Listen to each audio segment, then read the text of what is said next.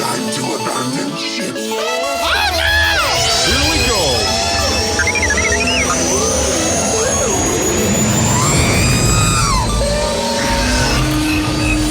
Can I persuade you to join us for a drink? It's a tradition. Here. Jar Jar, homie, my main man, quickly. Before the Separatists attack, get into the escape pod. Hey! This is escape, and we're the pod.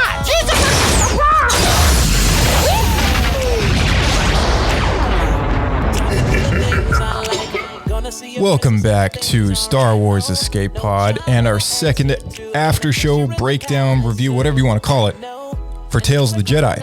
And today we're going to be taking a look at the Dooku episode specifically, which is super exciting because our last Tales of the Jedi, we got into the story of Ahsoka, and I've been very much looking forward to this. I know our co-host Blake has been looking forward to this as well.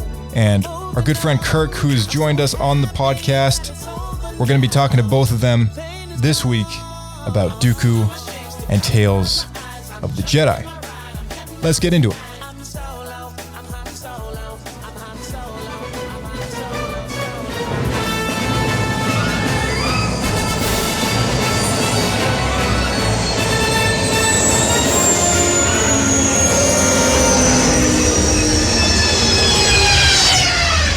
Another happy landing.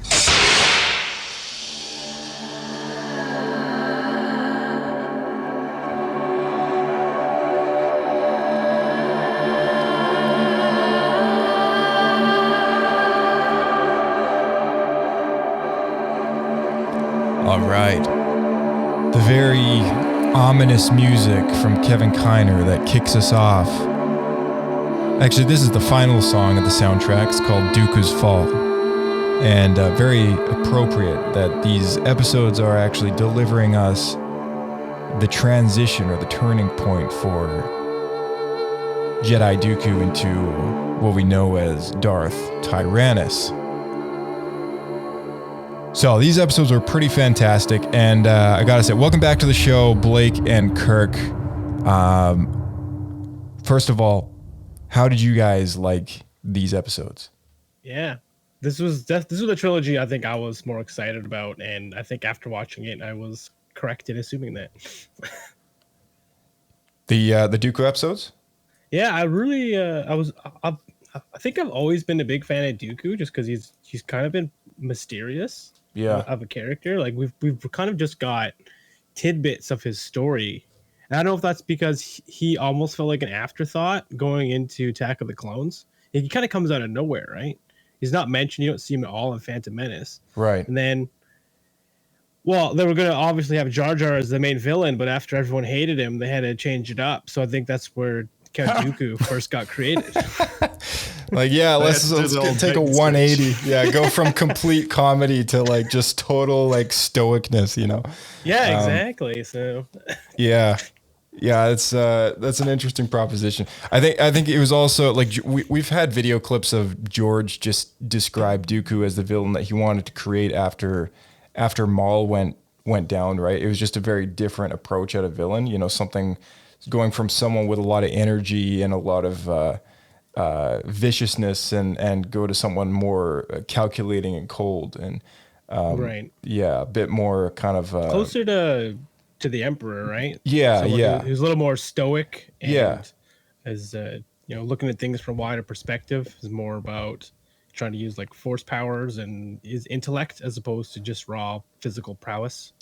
Yeah, absolutely. Yeah, it's a bit more of a battle hardened rather than like bloodlusting. You know, like Maul was just out for blood, whereas Dooku is just more of like, okay, we actually have a plan going on here. Let's stick to it, kind of thing, right? They've been pretty free in the comics to kind of insinuate that Maul is kind of beyond his. Beyond his scope, I guess, when it comes to killing Jedi, right? Like he's all out for just like, let's reveal ourselves and start killing everybody. And he's young, right? And he wants he's excited for the battle. He's been trained for this his whole life, and he's he's ready to get started. Yeah, exactly. At last we will reveal ourselves to the Jedi. At last we will have revenge, right? Like that's exactly. Yeah, it's like one of his like 3 lines in the movie. So whereas the opposite with Dooku, it feels like he's coming at it from a we need to fix the galaxy perspective, right? Like he has like this moral goal instead of just revenge. yeah, absolutely. Yeah. Yeah, it's his real dissatisfaction for the Jedi and the Council, which I think these episodes showcased perfectly. Oh, and yeah. it also made me not like Mace Windu as much. See, I love Sam Jackson, but Mace Windu, I don't think he's ever supposed to be a likable guy. Like he's not supposed to be this likable character, right? So I'm glad you said that because I feel like I don't know. I think it's just the only person who likes Mace Windu, I think, is Sam Jackson. Like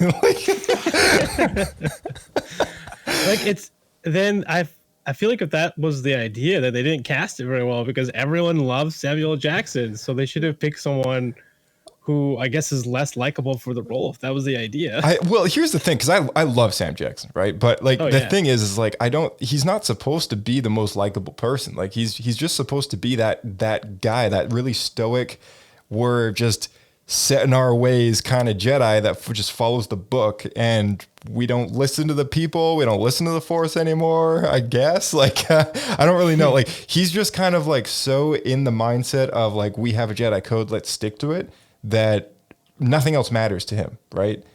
And right, you know, and it's just there's so much dogma, and he's just so caught up in it. Yeah, dogma, exactly.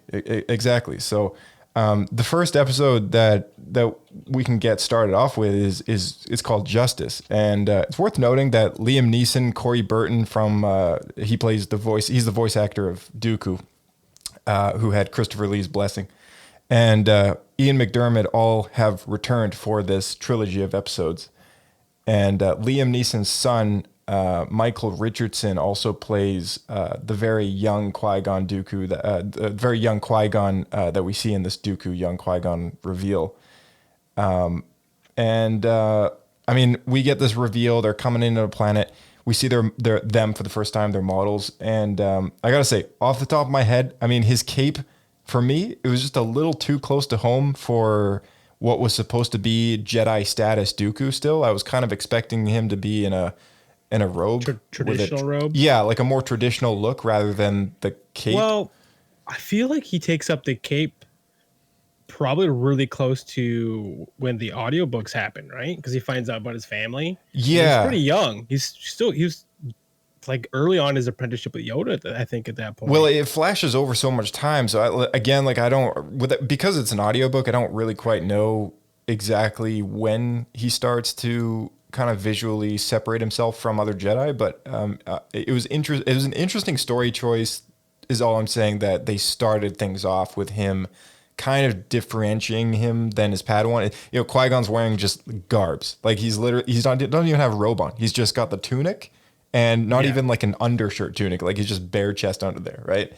And and then Dooku is kind of like sporting the cloak, and you know, not too different than the one that he wears in episode 2 with the chain across his neck. So I thought that was kind of an interesting story choice. But yeah, Kirk, what do you think of the visual kind of, you know, look of Dooku and Qui-Gon in this reveal?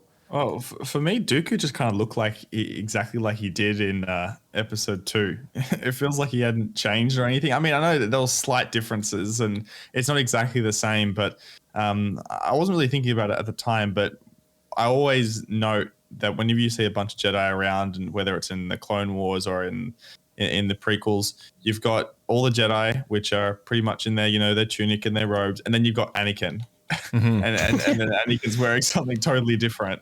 Yeah. And also looks a lot more Sith-like. Yeah, exactly. The dark leathers and the dark cloth, and whoever could have foreseen his turning.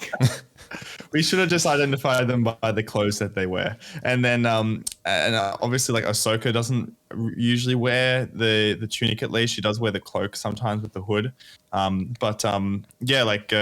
Dooku's attire and wear, maybe it was more so a bit more, rather than his reference of him trying to turn to the dark side, but more so like his wealth and social status and his upbringing and everything. But yeah, it would have been kind of nice to see him in a different different outfit, or at least some. It is a bit different. I am comparing it here. It's like they mashed the Jedi tunic and his original costume together. Yeah, exactly. Yeah. I don't have an issue with it. It was just, for me, it was just like, oh, he's already kind of starting to embrace his wealth and social status at this point in time, so early on, I guess, before he turns to the dark side. So for me, I thought I was kind of interested in like, wow, this is, Qui-Gon ages quite a bit between then and by the time we hit Phantom Menace era. So yeah. By the way, how old is he here? I want to know because he's already got a 5 o'clock shadow, but he seems like he's 14. Dooku? Yeah. No. Qui-Gon. Oh, Qui-Gon. Yeah. I would say, I mean, he's a Padawan still. So I would say he's definitely under the age of 21. Like he's definitely under that age, right? Or 18 to 21. He's kind of like, he's a teenager. So he just got that sweet Scottish beard coming in early. yeah, exactly. I would say he's like 17 maybe. But Qui-Gon does age like significantly from these episodes compared to at least visually how Dooku ages. And I don't know, maybe Dooku's using some type of moisturizer or something, who knows, but like still like they do look, the differences in between the episode 1 of the Dooku kind of trilogy and then like the second episode. Oh, maybe it's the third. I can't quite remember off the top of my head. But yeah, like the visual differences between the two characters is so complicated. It's the first and the second one, and then the second and the third one. The only thing that changes is his beard is longer. Yeah, right. Exactly. But I actually, looking back at the episode now, I can see that the costume that at least Dooku is wearing is a whole lot different compared to Attack of the Clones. It just, because it is different compared to the usual light kind of fabrics that the Jedi wear, I just, in the back of my head, I guess, made the connection that it looks like his outfit from Attack of the Clones. Yeah, they're similar. It's more just different colors, I think, is the main thing. I like it though. I got to bring this up too, while we're talking about Dooku's visual look, is his Jedi saber. The hilt clearly is different than his Sith saber. It's not only the blade is blue, but the actual hilt is different as well. And I thought that was worth bringing up because I believe they're going to be selling this hilt at Disney parks very soon. Ah, the real reason. Merchandising. Merchandising. Actually, you got to have that on the button, Josh, ready to go. Yeah, I need to get this on this thing. Yeah. Speaking of the blue lightsaber, actually, one thing I can see now is that like his hair is very blue as well. Like when he activates the lightsaber, I don't know if it's the light from the blade, but Dooku's hair in the first episode is definitely like a dark navy blue in some of the shots. I think it's probably the lightsaber glow, but I don't know. Maybe he's popping in some hair dye as well. It's possible they pulled an Ezra Bridger and decided like, hey, let's just give this a little bit of color, and I don't know. Maybe that's what they do in the animated shows. Instead of black, maybe they just go with like a dark navy color instead. Because we know that... Is it that different, Josh? I'm looking at his lightsaber here. It doesn't look all that different than Attack of the Clones. It's not too different, but it is different. Yeah. So the spike on the edge is not as curvy. The actual hilt's not as curvy, and the switch, I believe, isn't red or on the bottom. I think it might be a different color. And it looks like it's a kind of a coppery color. Yeah, and the actual grip, the black grip, is also in a different place. I believe it's just kind of stylized a bit differently. So, I thought that was kind of interesting. Kind of cool to see that he at some point he's got a different lightsaber, and it just makes room for more stories, of course. And but. The way he activates the blade is quite similar or pretty much identical, which is I'm glad that they've kept that. Yeah, for sure. Yeah. With the curved hilt comes the fighting style. Yeah. It kind of reminds me of the way that Kylo Ren ignites his lightsaber in the original trailer. Yeah, it kind of does. Yeah, he just like shoots it off to the side. Yeah. Yeah, I guess. Teaser. Yeah. The thing that I know Josh is pretty bitter they cut out. Yeah, it was my favorite shot in the trailer, and it didn't end up in the movie. I No, hate it when they didn't. do that. Everyone's got a thing. Everyone's got to have their thing. Yeah, the villagers in a small town have they've kidnapped their senator's son. And I guess this was probably a whole heist thing to get this done prior to the episode's beginning, but the Jedi have gone to investigate this. And a much more, who happens to be a much more noble man than his father is, this son of the senator. And the senator is very colonial looking. He's got like an army of bodyguards that all have very colonial looking soldier costumes, which is like very cool and very new to Star Wars. We haven't really seen that before. Well, we were speculating that this was Onderon, because I think they're a little bit similar. Oh, right. Yeah. Yeah. Because they never really name the planet, do they? In this episode. At least I didn't catch it. Yeah, they said what planet the senator's from, but I can't remember what it was. Okay, if they did, because I caught the name of the planet from the second episode, but I didn't catch the one for the first, so I just wasn't sure, so I didn't put it down. The planet on this episode, when I first saw it, especially the trees or the burnt trees in the background, it kind of reminded me of, I think, the Ahsoka episode in The Mandalorian. Yeah, that's a good point. It kind of reminded me of that village with the wall and everything outside of the village. Right. Obviously, any burnt planet or forest, I guess, would look like that, but that's kind of what I thought when I first saw it. Yeah, that's a great point, actually. Yeah, that you could very well be that. So what I thought was really fascinating about this episode is it's really about this Dooku perceiving a senator as a very corrupt man, right? And then having to deal with that garbage. And he says something which I thought was a very good line to kind of just throw in someone's face who is, of course, going to eventually betray everything he knows and loves in favor of believing, the Senate is completely all corrupt and this is the only way to do things. And he says, you serve the Senate. And Dooku retorts, no, we serve the people of this republic. And I was like, oh, that's so good. Like, that's such a great Jedi response. It's very accurate. And you could see the villagers all looking over at him, kind of like, oh yeah, he actually is here for us, right? Like, he's not. Yeah, but they're probably pretty skeptical. They are, yeah. And when they first get there, like, they're like, we're not going to give you the get out of here kind of thing. Like, you serve the guy that we hate, so there's this general perception that we're trying to, like, as viewers, like the story's just trying to tell us, like, everyone doesn't like the Jedi already because after all this time, they've kind of grown attached to being associated with the Senate, right? And a lot of senators are kind of just out for themselves. Like, they don't care about the planet or the people they come from. They're just out to get wealthy, right? So it's kind of it's a good story hook. And of course, not all senators are like that. Like, we've seen, Mon Mothma, Padme, Bail Organa. There's a lot of good senators, but the odd one here and there is definitely going to be a little selfish. So it was new for, I guess, all of us to see it really a story where the people are kind of fighting back against their own senator, right?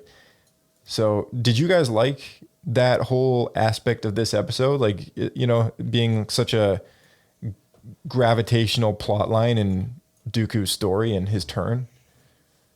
I mean, I did. I think it played right into the storyline of what we know happens to Dooku. So you could see that he's trying to do the right thing. He wants to do the right thing, but he's stuck working in a broken system. And I think that, at least that's, like, when we hear the conversation in Attack of the Clones between Obi-Wan and Dooku during that kind of interrogation scene, like, Dooku sounds very genuine in him trying to convince Obi-Wan to join him so that they can correct all the corruption and everything going on in the Republic.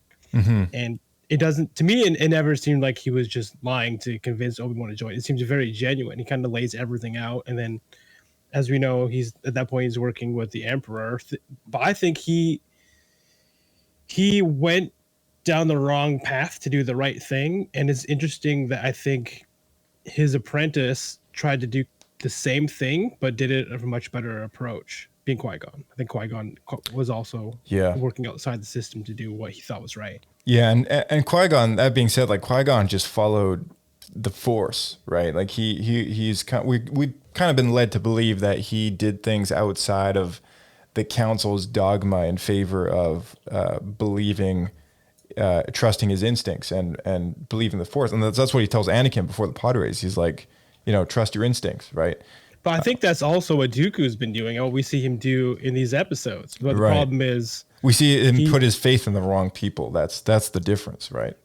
Or maybe he's looking for a quick fix. Yeah, that too. Yeah, for sure. And it's like, I think maybe the difference is Dooku is just, he's seen it for so long now. He's just tired. Yeah. He's a battle-hardened, bitter person. World right? weary. Yeah. World weary. Well, we see him almost try to strike this senator down. He's like, Qui-Gon has to pull him back. And it reminded me a lot of Ahsoka Anakin / Obi-Wan Anakin moments as well, when they have to pull him back from going over the edge. But he's so disturbed that he says, corruption like yours must be eradicated. And he's about to kill the guy. He's about to kill the guy. And then, he finally gets pulled back, right? And the episode just basically ends off with him kind of being like, I wonder how this is even going to change anything. Like, he's just kind of like standing there going like, well, we saved the guy's son. He's off to do his job again. Hopefully things change after this. We don't know, right? The tone really does shift as soon as he starts to kind of force choke the senator, and then you start to remember, oh, this is the Dooku that is absolutely not on the side of the Jedi come Attack of the Clones time. Mm-hmm.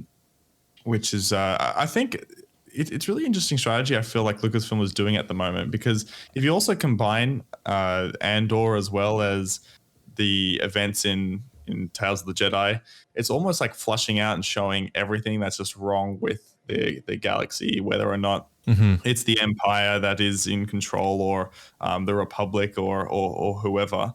And I feel like we're getting more and more stories of what life is actually like beyond the Council or beyond the A-Team. Yeah. We're also learning, I think, that Lucasfilm hates politics. Let's play a little bit of audio. I got a little bit of audio just to play back. It's in regards to this whole, you brought it up earlier, Blake, the Dooku Obi-Wan conversation.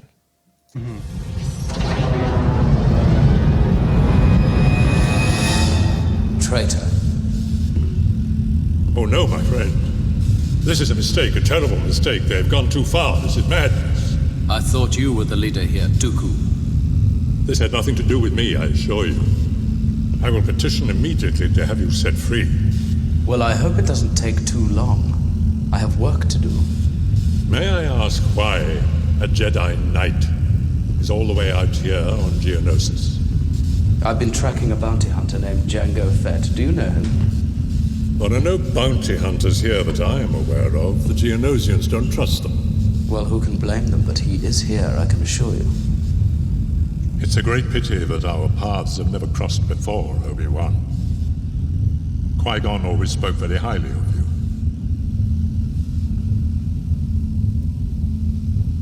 I wish he were still alive.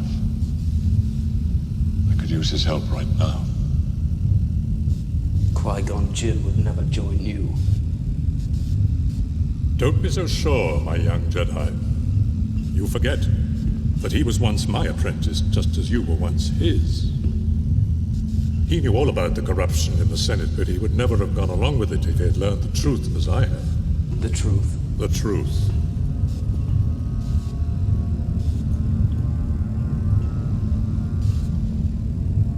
What if I told you that the Republic was now under the control of the Dark Lord of the Sith?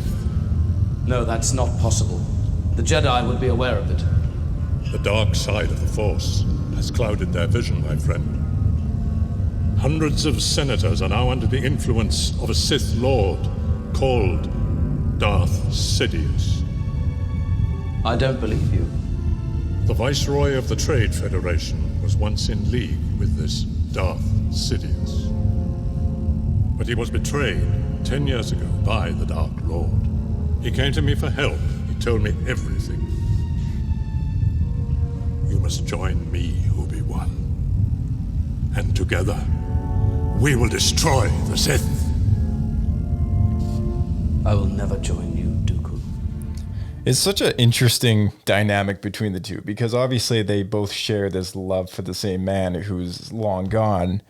And Dooku firmly believes that if Qui-Gon were still alive, he would have joined him, right? But I think he has it wrong there. I think he's really mistaken and into thinking that would actually be a thing.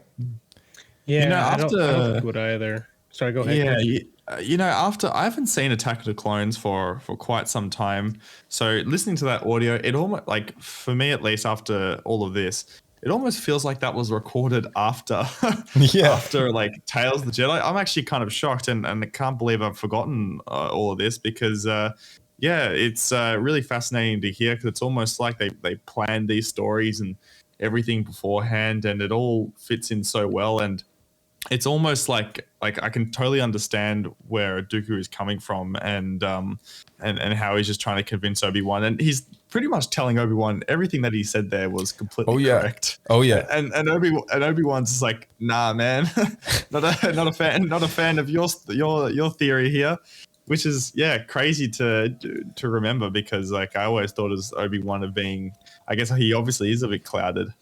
And it's funny all the Jedi are. Exactly. Yeah, and it's funny that like, so I think Dooku has a soft spot for Obi-Wan because Obi-Wan has taken a lot from Qui-Gon, right? Like you see Qui-Gon and Obi-Wan, you think like, oh, that's a great dynamic duo there, and I think being how Qui-Gon speaks very highly of Obi-Wan and stuff. And in Tales of the Jedi, we also get a moment where he says, "Oh yeah, I still haven't met him. Like it'd be nice to meet him someday, right?"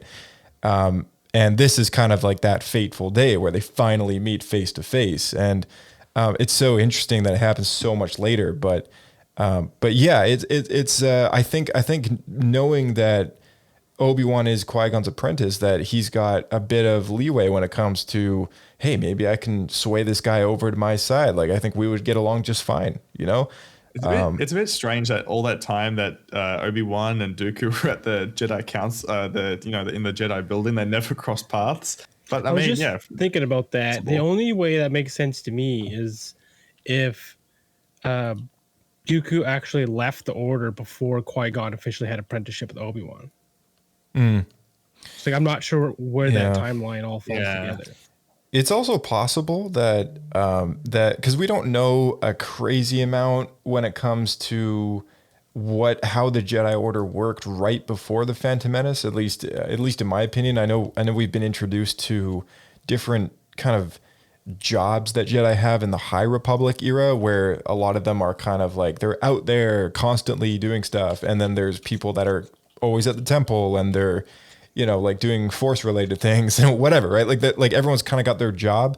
So like maybe they didn't cross paths before because Dooku just has a different kind of job within the Jedi Order than Qui-Gon does, I guess, with Obi-Wan. So that might be a thing. It's also possible that because we're talking about the future episode here, that maybe he's already kind of distancing himself quite a lot and already spending a lot more time away from the Order, kind of more or less intentionally. He's already doing some shady stuff at that point. So, yeah, I mean, maybe we'll kind of get an answer to that in the future.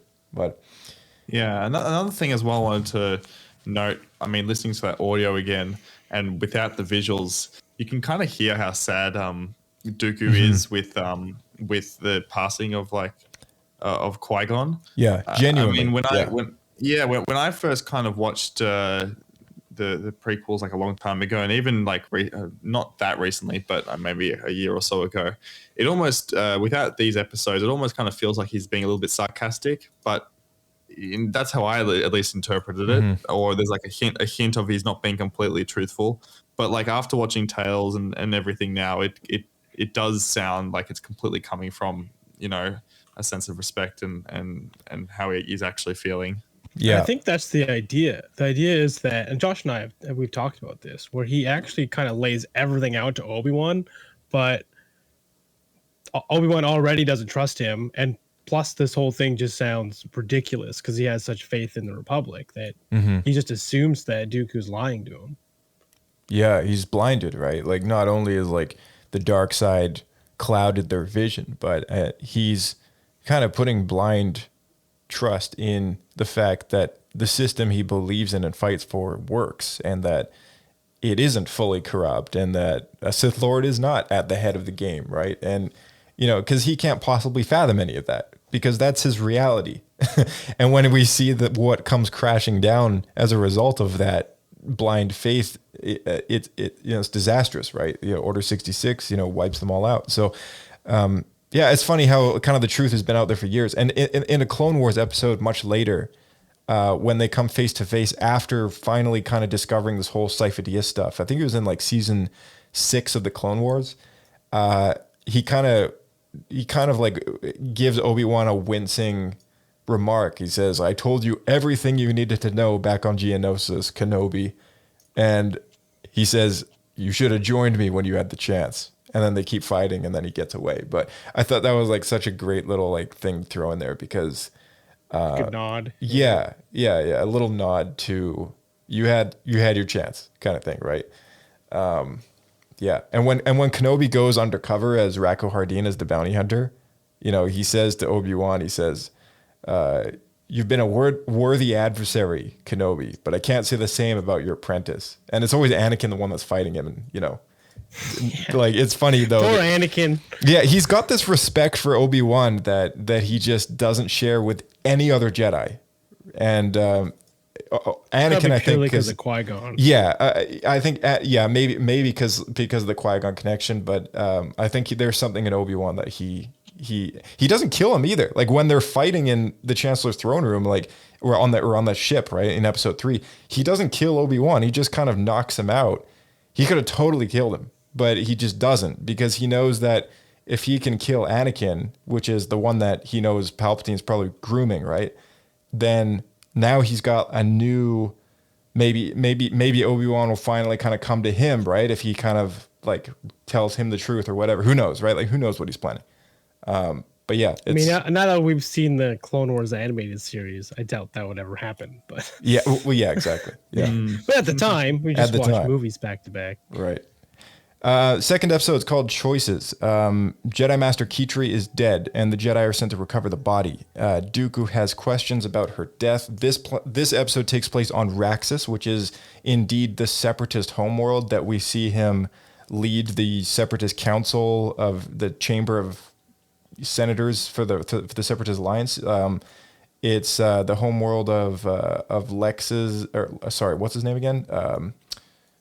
Lux Bonteri. I think, his mom was the senator for, I think it was Onderon or something, and they met Padme on Raxus in an episode of the Clone Wars. I think, Raxus was featured a few times, but this is the planet that they're doing their thing on, which is kind of cool.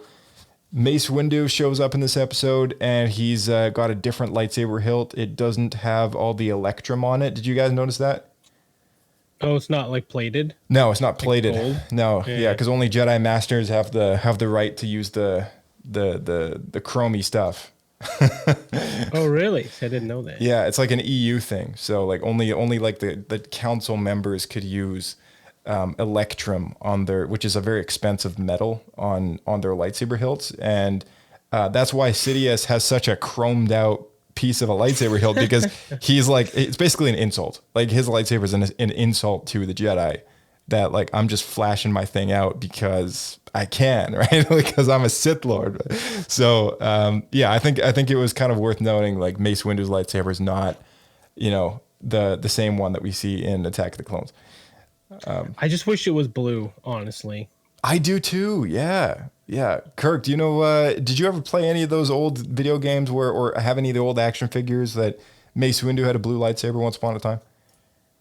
I'm really dating back my memory here, but when I did see, obviously I wasn't expecting Dooku's lightsaber to be red, like that wouldn't make any sense at all. But yeah, it would have been nicer to see a different color of lightsaber, but I have a feeling if Sam Jackson saw Windu running around in any type of Star Wars content without a purple lightsaber, there would probably be a lawsuit. There would be uproar. There would be rebellion. There would be a rebellion. But yeah, like I mean, I think the big point for me coming out of this episode similar to I guess what we were talking about earlier is just like the difference between Windu and Count Dooku, especially like right at the end. Mace Windu kind of reminds me of like a colleague at work that obviously like sniped you or tried to go for a promotion or something, and it just I guess this is the episode that made me not like him as much. No, I agree, because I was not expecting that, and they kind of leave you wondering if Mace knew that beforehand or not. I think he says he just learned it, but I don't know, it seemed a little tongue-in-cheek the way he said it to me. It was definitely an underhanded move for sure. And it's funny how they picked Mace over Dooku just because he follows protocol better. That's like the only reason. For the council seat, you mean? Yeah. Yeah, for the council seat. Yeah, exactly. At the end of this episode, he definitely kind of confronts Windu about it. He's like, do you know, do you, like, what do you know about this? And Windu basically says, like, I think he ratted him out, honestly, for the chair, because he says like, so because he actually says like, well, I followed protocol and you did something else. Like, he basically kind of like throws it in his face and walks away. And from the beginning, to investigate the manor, it was all Dooku's idea as well. So like, he did all the work, he went on his hunch, and then Mace Windu was kind of like, yeah, I agree with you now. And then he took the success for it, or the credit, all the credit for it. And I don't know if you agree with me, but I feel like this was like the final turning point. Obviously, or maybe not the final turning point. I think obviously Qui-Gon, one of the last straws for sure. Yeah. But like, these are definitely the beats that led up to Dooku being like, you know what, guys, I'm not a fan of you anymore. I'm leaving. Yeah. I agree. I thought it was interesting that I think it was something that Dooku said, but he said for a Jedi to succumb to a surprise attack is rare unless it comes from one they would trust. And it's a very subtle nod to why he knows that Order 66 is going to work so well, because he's the guy. I didn't think about that. He's the guy who puts in the order for the clones, right? Like it's the whole plan with Sidious and everything. It's all orchestrated by Dooku. The Clone Wars, everything is Palpatine and Dooku the entire time. Cypher Dyas is just a pawn in that game, right? And so knowing that, and that's the guy who made the order for the clones, and knowing that he knows Jedi can succumb to a surprise attack if they trust the person that they're fighting with, would totally make sense. So like he knows how to kill Jedi, right? Like, because he was one. He was a Jedi master. So I thought that was a really cool nod when they're investigating why this Jedi died. He knows exactly the kind of reason that she would have died from. And it happens to be the same reason that he ends up killing thousands across the galaxy with. So I thought that was really cool. Yeah, that was a good catch. I actually missed that. Yeah, really good. The other thing was the Senate guards who betrayed Master Kitri was because their senator is corrupt. The only reason why they killed her is because they, like in the first episode, they thought that, the Jedi are just associated with our senator so tightly that they're just all the same, right? And he says, like, Jedi are lapdogs to the Senate. It's evident throughout the galaxy. Like, Jedi claim peace, but mostly keep law for the order and order for the rich and powerful.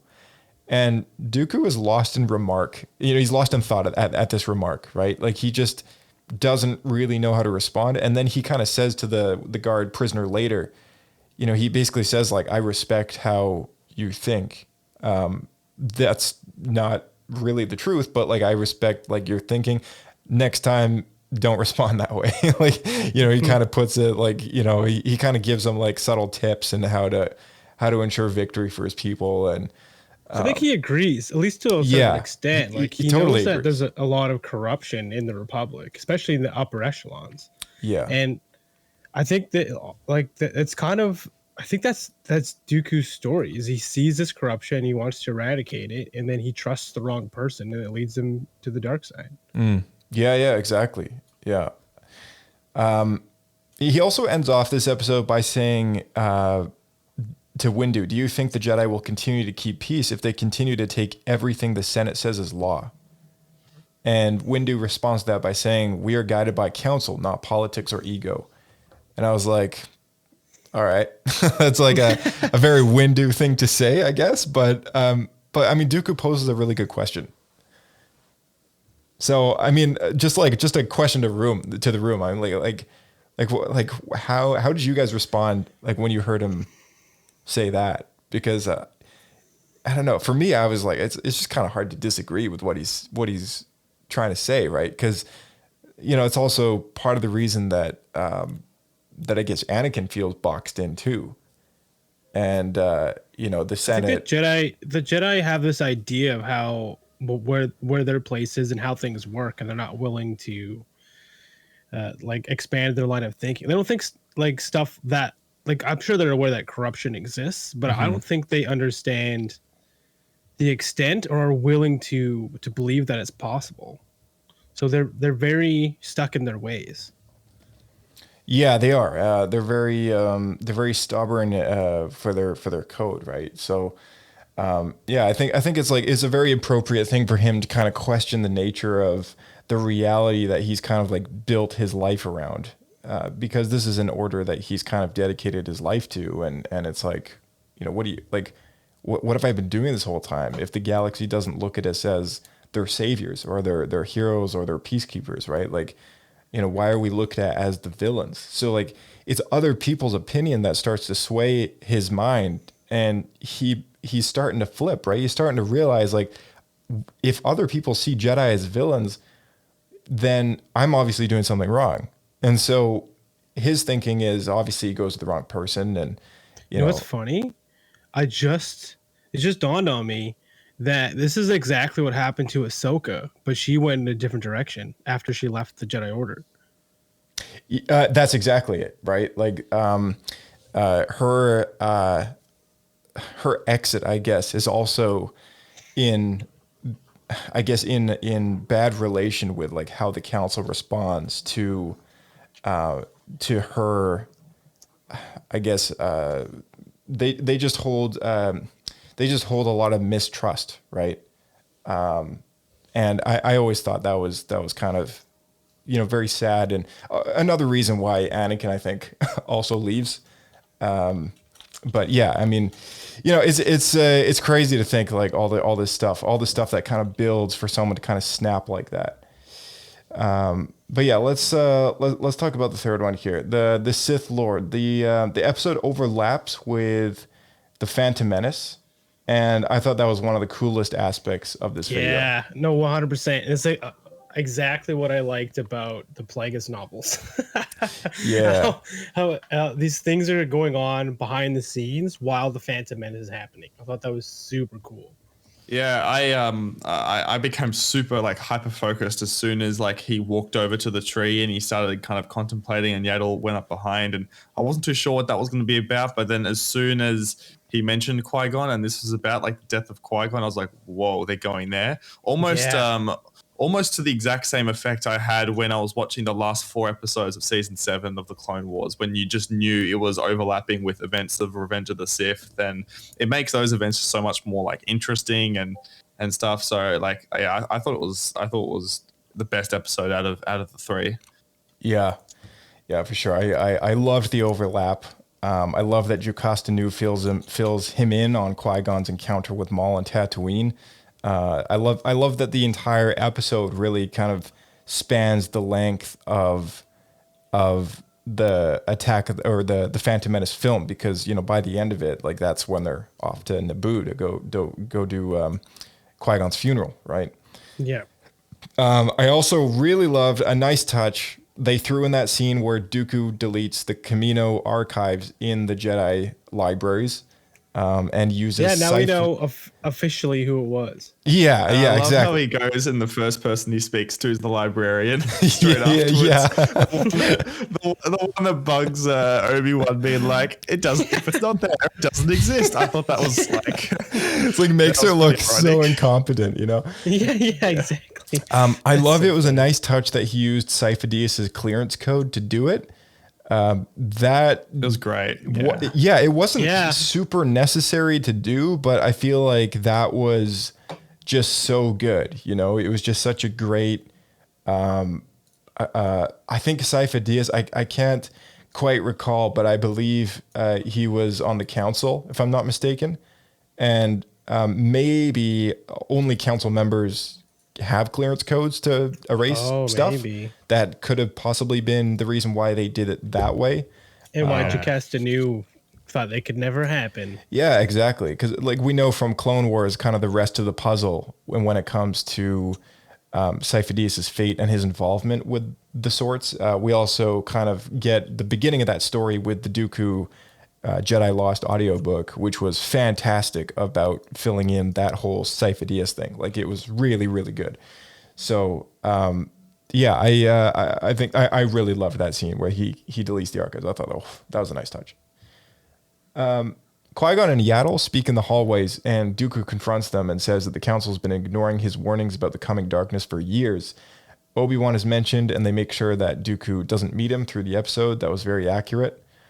You can see his disdain when it comes to the council, mentioning they've been ignoring my warnings about the coming darkness for years. And when Qui-Gon kind of talks to him about Maul, the encounter that he had on Tatooine, Dooku obviously knows something he's not telling Qui-Gon at this time because, later when we see his encounter with Sidious, he obviously knows who that person is, in his involvement with the whole Sith ordeal, right? So, yeah, it's cool that they kept the continuity from the Plagueis novel, where Sidious and Dooku kind of have dealings already, even prior to Maul's death. I thought that was really, really well done.